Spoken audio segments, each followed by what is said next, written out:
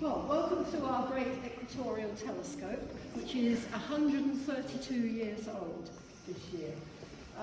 It's a refracting telescope, which means that it focuses light using lenses.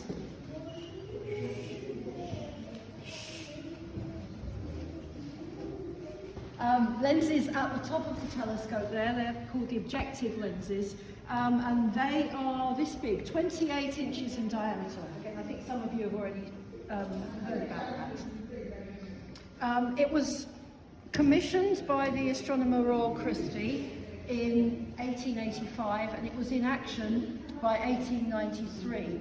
Built by the firm of Grob here in Dublin, but they got the glass for the objective lenses from the Chomp brothers in Birmingham, who are well known for supplying glass to lighthouses. So that's where that came from. It was the largest in the UK when it was built in terms of diameter. It's still the second largest in the UK, but the reason for that being that an amateur astronomer called John Wall set himself the challenge to build one of a larger diameter, and he built a 30-inch one. That's now in the Midlands, but it's nowhere near as long as this. It's got a folded design, so it's a much shorter telescope, but a bigger diameter.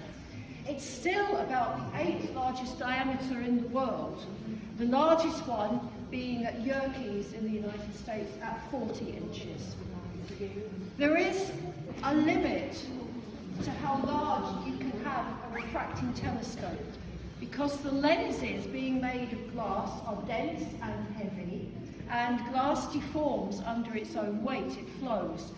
So if the lens is too big, the glass will flow and it will deform and therefore not focus properly. And so, as I say, there is this limit, and the 40-inch seems to have been how big it can get. Nowadays, when they're doing research with telescopes, they would be using reflecting telescopes, using a mirror to reflect and focus the light that they're looking at. Mirrors are obviously much thinner glass, so we don't have this flow problem. And they can also be built now out of segments, which fit together a bit like a jigsaw. So the reflecting telescopes are much, much larger in diameter. And that's an advantage because you want to gather as much light as possible to see faint objects or to see further out there. So refracting telescopes really not cutting edge anymore. But we're very proud of this one, and it was in its time. It's on an equatorial mount, this bit that's holding it up here. The equatorial mount is at 51 degrees, which is the latitude of us here at Greenwich. And this means that it can turn and track an object at the same time as the object is apparently moving across the sky. The axis is parallel to the Earth's axis, so it keeps that position on the object as it tracks across. It was built originally for a different telescope. Back in 1860, they had a previous telescope in here, confusingly also called the Great Equatorial Telescope, but it was only about 13 inches in diameter, that one.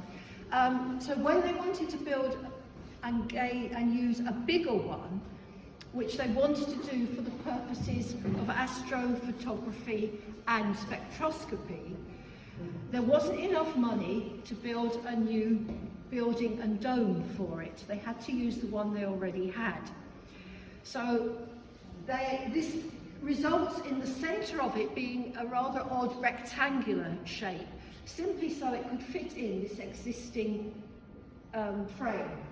There is a plaque here that tells you that the frame itself, the mount, was put in 1859, so that's older than this telescope. Other things they did to save money were to use these guide scopes on it, were existing smaller telescopes that they used.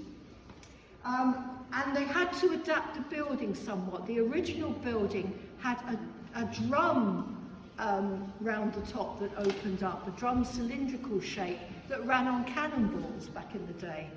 That was too small for this telescope, So they had to design this dome, which is onion-shaped. It bulges out, which is quite unusual, but that is to accommodate the length of this one.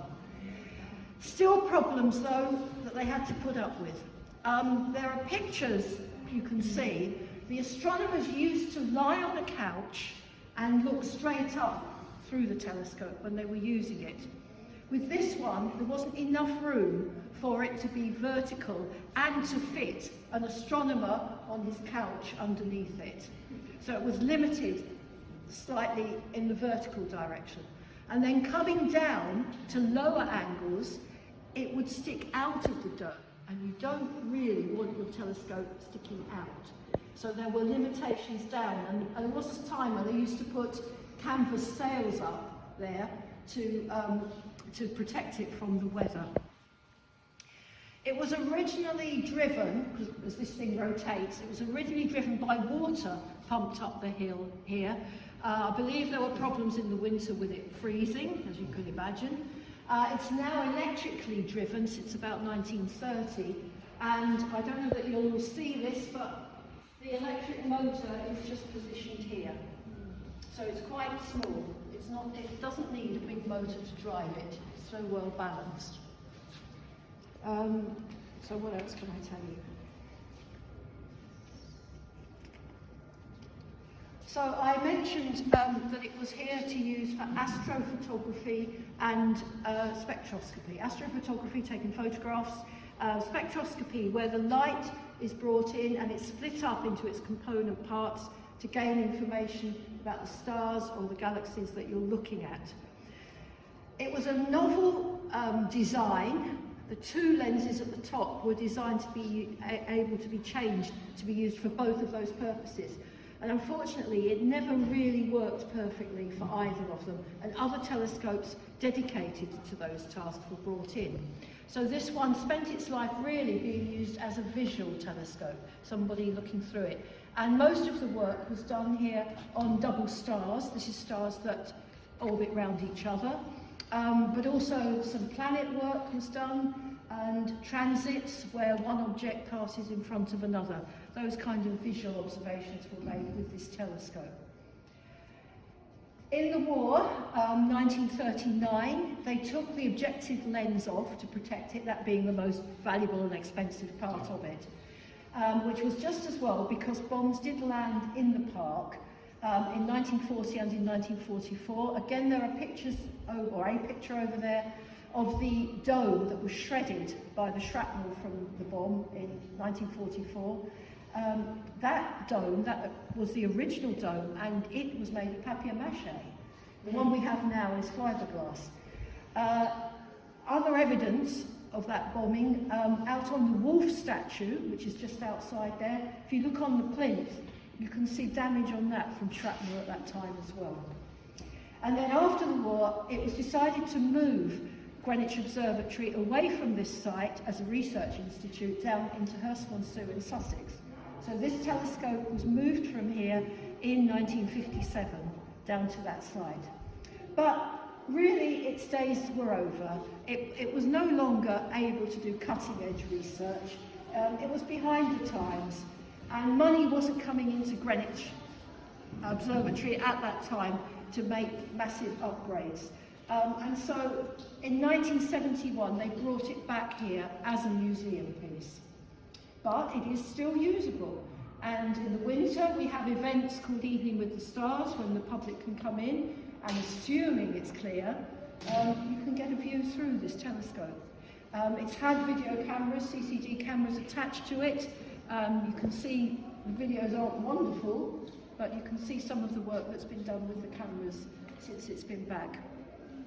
And so for a piece of Victorian engineering, I think it's doing pretty well. Thank you very much for listening, and I'll try and answer any questions. Thank you very much.